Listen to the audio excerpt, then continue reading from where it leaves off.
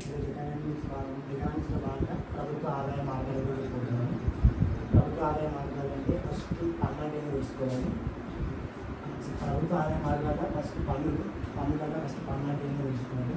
పన్ను అంటే ప్రత్యక్షంగా తాను పొందే ప్రయోజనంతో సంబంధం లేకుండా దేశ ప్రజలందరి ప్రయోజనం కోసం ప్రభుత్వం చేసిన వ్యయానికి ప్రతి పౌరుడు చెల్లించే మొత్తాన్ని పన్ను అంటారు.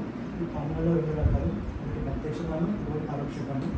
ప్రత్యక్ష పన్ను అంటే తొలి భారం అంతిమ భారం ఒకే వ్యక్తిపై ఉంటే దాన్ని ప్రత్యక్ష పన్ను అంటారు.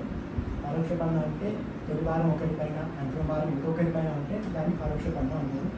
నెక్స్ట్ వచ్చేసి ఫీజులు, అంటే పన్నుల ద్వారానే ప్రభుత్వానికి ఎక్కువ ఆదాయం వస్తుంది. పన్నులే మెయిన్, ప్రభుత్వ ఆదాయ మార్గాల పన్నులే ప్రభుత్వ ఆదాయ మార్గాల మెయిన్. ఆ తర్వాత వచ్చేసి ఫీజులు, అంటే ప్రభుత్వం నుండి ప్రత్యేక సేవ పొందినందుకు గాను ప్రభుత్వానికి చెల్లించేది ఫీజు. దీని ద్వారా కూడా ప్రభుత్వానికి ఆదాయం చేకూరుతుంది.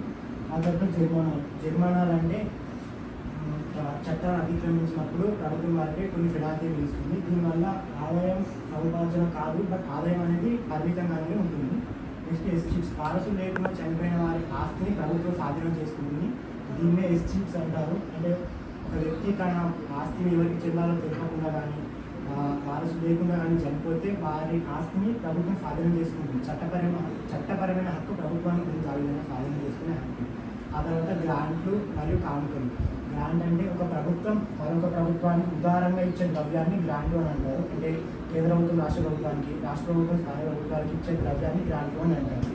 నెక్స్ట్ ఆ తర్వాత వరదలు వచ్చినప్పుడు కానీ, భూకంపాలు వచ్చినప్పుడు, సునామీలు వచ్చినప్పుడు కానీ, ఇలాంటి వచ్చినప్పుడు స్వచ్ఛందంగా ప్రభుత్వానికి చెల్లించేది కానుకలు.